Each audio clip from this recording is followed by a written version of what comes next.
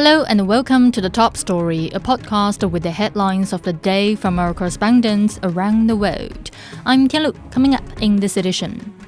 A nighttime curfew is in effect again in downtown Los Angeles as protests continue against the Trump administration's immigration crackdown. The Pentagon has officially launched a review of the AUKUS security pact signed in 2021 by the Biden administration along with the UK and Australia. And Austrian authorities are still investigating the country's deadliest mass shooting in modern history. We begin in the United States. A curfew has come into effect for another night in the downtown area of Los Angeles as protesters continue over the Trump administration's immigration crackdown. The first night of the curfew saw over 200 people arrested. Californian state officials have accused the president of escalating tensions by deploying National Guard troops and Marines in LA. Tony Waterman has more.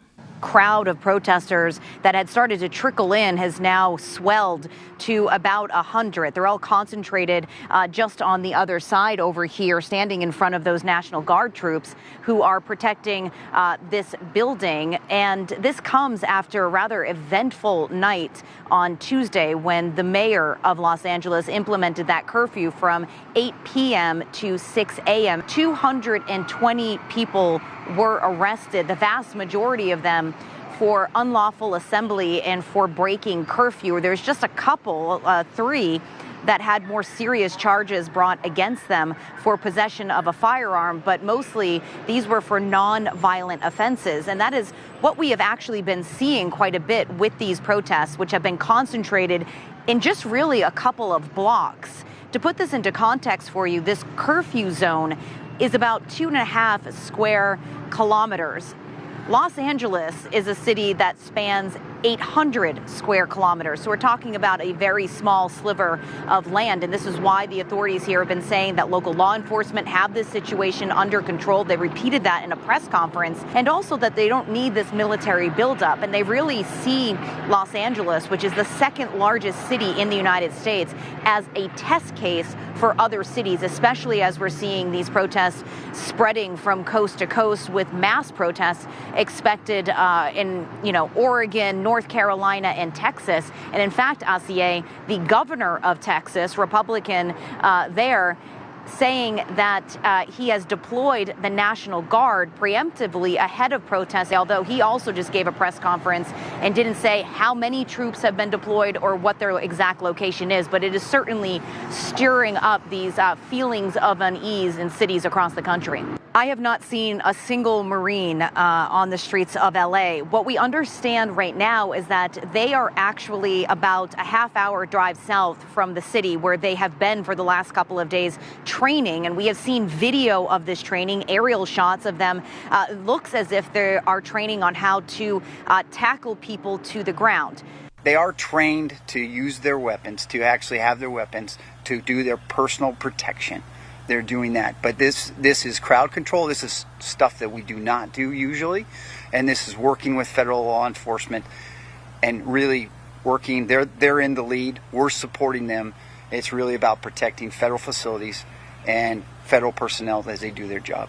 At this point, neither the Marines nor the National Guard troops have the authority to interact with these demonstrators, to arrest them, to detain them, to search them.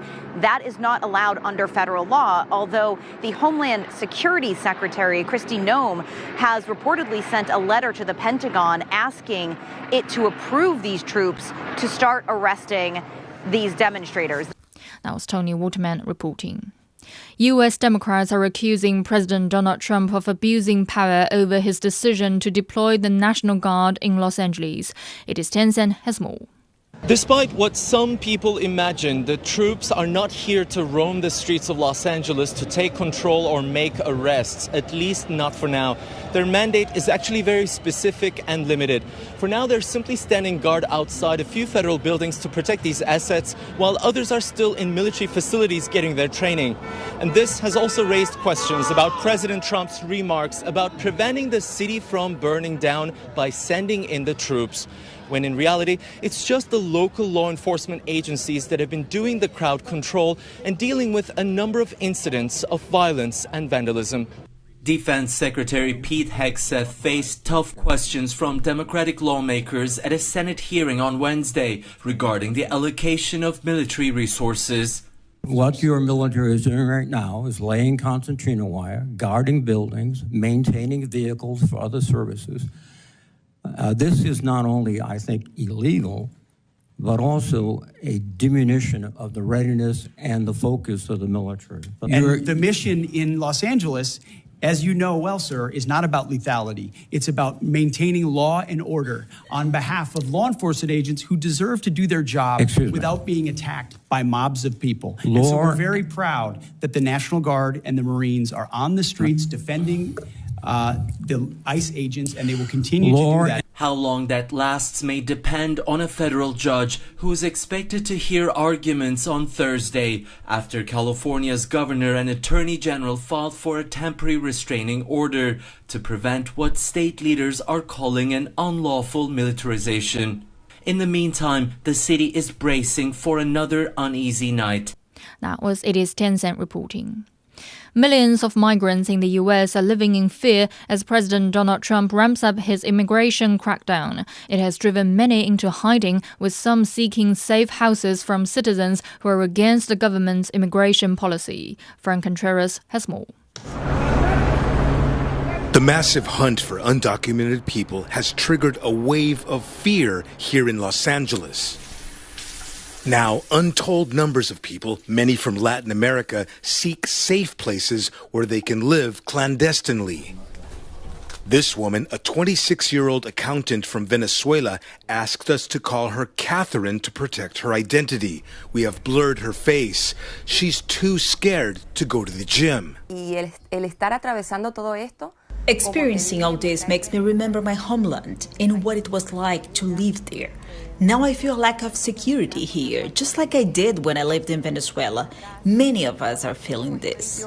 Some are young people from faraway lands. For them, life in the United States is now marked by a complex mix of fear, uncertainty, and limited access to resources. They balance all that against aspirations for a better life. Some migrants with no papers are finding help from U.S. citizens. This man, who asked us to protect his identity, is an entrepreneur and the author of 8 books. A lot. He rejects the notion that migrants are invading the United States. Especially in Los Angeles, if you want to prosper, in these big cities, we need labor. And we have labor shortages. So I don't ask their immigration status. I don't know if they're legal or illegal. Then they started and he feels a deep moral obligation to help them with safe places to hide. So from that point of view, I put myself in their shoes, and I wouldn't want to be in that situation. We're the United States. I feel kind of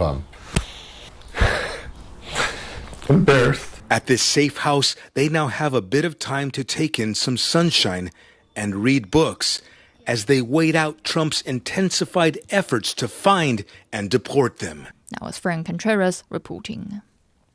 Meanwhile, the Pentagon says it has officially launched a review on the AUKUS security deal, which was signed by the Joe Biden administration with Britain and Australia in 2021. The U.S. Defense Department says it wants to ensure AUKUS is aligned with President Donald Trump's America First agenda. The Financial Times reports that Undersecretary of Defense for Policy Elbridge Colby is leading the review. Under the alliance, Australia can build nuclear-powered submarines with technology provided by the United States and Britain. In Europe, authorities in Austria are still searching for answers following the worst mass shooting in the country's modern history. The country is observing 3 days of national mourning after a gunman killed 10 people at his former high school in Graz before killing himself. Johannes Plischberger has more. Flowers and candles outside the high school where the massacre took place, and also in the town square. I feel like no one can really breathe. It's hard. Just 17 minutes elapsed between the first emergency call from the school and the scene being declared safe. Those who survived must live with the horror. Their parents relieved but also angry. Unbelievable. At first, we didn't even realize what was happening. And when my son told me everything on the phone, I just thought, thank God I can hear him. Thank God I have his voice in my ear. My daughter is unharmed, that's the good thing. But the rest is just horror, thanks to our politicians. Authorities say the shooter must have passed a psychological test in order to legally acquire both the pistol and the shotgun he used at the school. Austria has one of the most heavily armed civilian populations in Europe. Now some politicians are calling for stricter gun laws. Meanwhile, investigations over the motive continue. Media reports say the 21-year-old gunman had claimed he was being bullied. According to statistics, 1 in 5 Austrian pupils regularly suffer from bullying. Experts have urged authorities to release as little information about the gunman's situation as possible amid concern over copycat attacks. 3 days of national mourning have now begun in Austria, with the shootings prompting a rare show of solidarity among often bitterly divided political parties. That was Johannes Pilischberger reporting. Turning to the China-U.S. trade talks. The two countries agreed in principle on a framework to move forward on trade talks during the first China-U.S. economic and trade consultation in London. Chinese Vice Premier He Lifeng urged the U.S. to resolve trade disputes with China through dialogue and cooperation. He also called on the U.S. to work with China to jointly safeguard the outcomes of the dialogue. For more on the China-U.S. economic and trade ties, Li Dongning spoke to Zhong Gong, a professor at the University of International Business and Economics. China reiterated that the U.S. should work together to honor their words with actions. Help us understand Beijing's stance. I think what Vice Premier He is saying is, in a way, I think is speaking to President Trump. We have to understand that what have reached in London is still subject to approval by the two heads of state.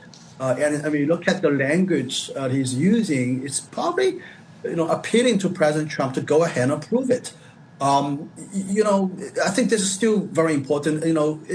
President Trump has already put out a post that he's sort of in approval of this agreement. But I think in the end, we need his written approval. So I think probably in that sense, Vice Premier He is trying to do that part of the work. Vice Premier He Lifeng also emphasized that the essence of China-U.S. economic relations is mutual benefit, and there are no winners in the trade war. The question is, what can be done exactly to achieve win-win relations between China and the U.S., the biggest and the second biggest economies in the world, to achieve a mutual benefit, especially under current global uncertainty? Yeah, well, this is how Beijing views this bilateral relationship in the economic arena, but not necessarily reflecting the point of view among many politicians in Washington.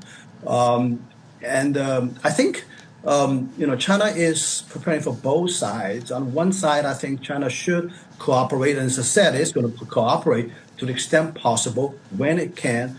But on the other hand, I think China is also preparing for self-reliance on practically everything.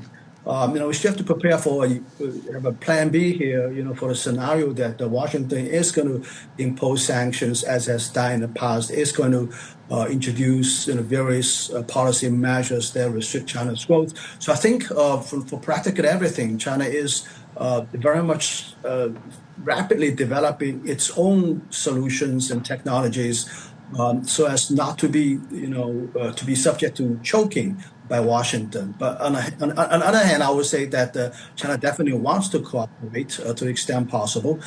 China definitely welcomes American companies operating in China. Many of them actually very successful. So I think that's the reality we have to face. That was Zhong Gong, a professor at the University of International Business and Economics, sharing his insight on the China-U.S. economic and trade ties. Finally, to Africa. The Akagera National Park in Rwanda has received 70 southern white rhinos from South Africa. Experts say it is the largest cross-continental relocation of the species to date. They say it supports regional conservation goals and strengthens Rwanda's role in global rhino protection. Ethan Teshobia has more. From Munywana Conservancy in KwaZulu-Natal, South Africa, a chartered Boeing 747 landed at Kigali International Airport early Monday morning. On board were a second batch of 35,000 white rhinos, a special and historic cargo. The animals were carefully offloaded and transported by truck nearly 150 kilometers to Akagera National Park in eastern Rwanda. Hours later, the convoy arrived at a secure boma in the heart of the park. One by one, the rhinos stepped out of their crates into a temporary enclosure. Officials said the operation was complex, and there was a delay of more than 2 weeks. It's a really technical exercise that we're doing, taking 35 animals, 35 rhino from northern KwaZulu-Natal, and releasing them in Akagera. We did that in 3 days, and then we did it again 3 days later. This translocation is so significant to the government of Rwanda in that it's the largest within the country, even beyond, for the southern white rhinos. It's not just being the largest, but also improves and grants trust that people have conservation for Rwanda, but also boosting our tourism, adding value to our tourism industry. This translocation is the second of its kind to Akagera. In 2021, 30 southern white rhinos were brought to Akagera Park, also from South Africa. The population has since grown to 41. Officials are optimistic that the latest arrivals will boost genetic diversity and help create a robust population capable of supporting broader regional conservation goals. We have now established in Akagera a very viable herd of rhino that can potentially rhino under threat across the planet, across the globe. It is fair to say the rhino in southern Africa are under great threat from poaching and illegal trade. Now that we have a herd established here, we will have it established in the coming months and years, this can always form a long-term gene pool in the event of a disaster elsewhere on the African continent. This park actually can carry close to 1,000 southern white rhinos, so the capacity is not an issue, and we actually pray that this grows. We're not intending to bring in any, since this is a good population that can actually breed and then grow. Akagera National Park spans 1,122 square kilometers. It is Central Africa's largest protected wetland and Rwanda's last refuge for savanna-adapted species. In 2015, Rwanda reintroduced lions into Akagera National Park. This was followed by the arrival of critically endangered black rhinos from Europe, and now 1,000 white rhinos. These white rhinos, they'll be kept in this boma for the next 6 months to acclimate themselves with the new environment. Given the previous translocations of black rhinos and lions from South Africa, these two are expected to thrive in their new environment. Now with Ethan Teshobia reporting. Recapping today's headlines, a nighttime curfew is in effect again in downtown Los Angeles as protests continue against the Trump administration's immigration crackdown. The Pentagon has officially launched a review of the AUKUS security pact signed in 2021 by the Biden administration along with the UK and Australia. And Austrian authorities are still investigating the country's deadliest mass shooting in modern history. That's it for this edition of The Top Story, a podcast that brings you world headlines every weekday. For more news in politics, business, sports and culture, you can subscribe to the Beijing Hour, a 1-hour podcast news magazine program. We welcome and appreciate all ratings and reviews. I'm Tianlu. Thank you for listening.